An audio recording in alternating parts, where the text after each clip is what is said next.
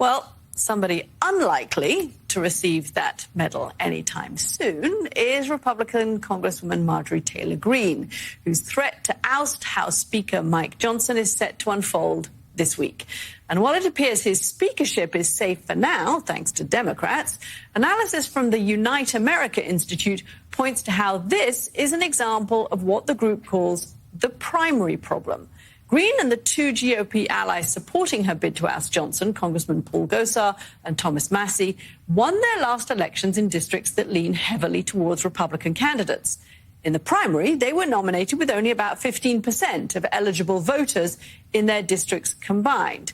Collectively, the three districts represent less than 1% of the voting population of the United States. And look at all the chaos that has followed. And the executive director of Unite America, Nick Troiano, joins us now in the studio. He is the author of the book titled The Primary Solution, Rescuing Our Democracy from the Fringes. Nick, very quickly spell out the primary problem. Why do we get into this position? Well, what we're seeing right now is a good example of why Congress has a 15% approval rating.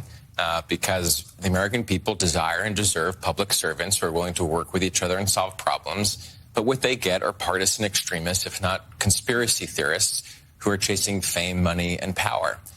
We've focused a lot on who they are, but we think it's important to focus on how did they get elected. And they get elected mostly in low turnout party primaries where the incentive is to play to the base voters and those special interests that influence those voters rather than represent a true majority. And so it's no wonder we're left with the division and dysfunction that we see. I was thinking about that during the primary campaign for President Trump recently, when it occurred to me that basically President Trump was being nominated and a whole load of people were disenfranchised from that nominating process because in many states the primary process is closed. Is that part of the problem as well? Exactly. In 15 states, independent voters are actually prohibited from voting. Basically, if you're an independent, you don't get a say.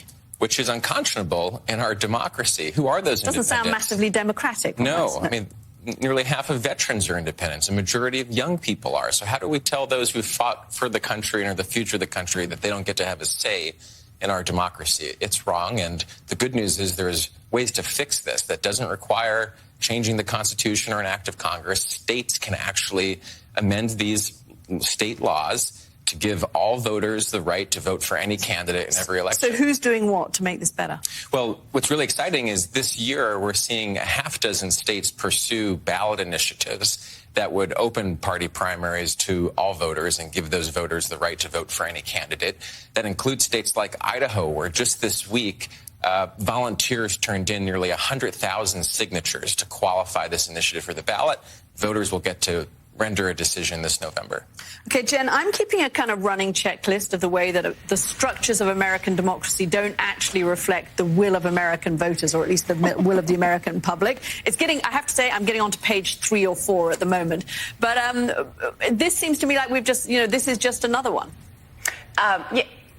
It is. I mean, there are, but it is actually ultimately voters that are, voters that are electing state legislators that are allowing gerrymandering to continue. That's part of this problem too. So, can you speak to to that as well, Nick? Question of gerrymandering. Well, it's true that gerrymandering plays a role in the fact that 83% of congressional districts are not decided in the general election.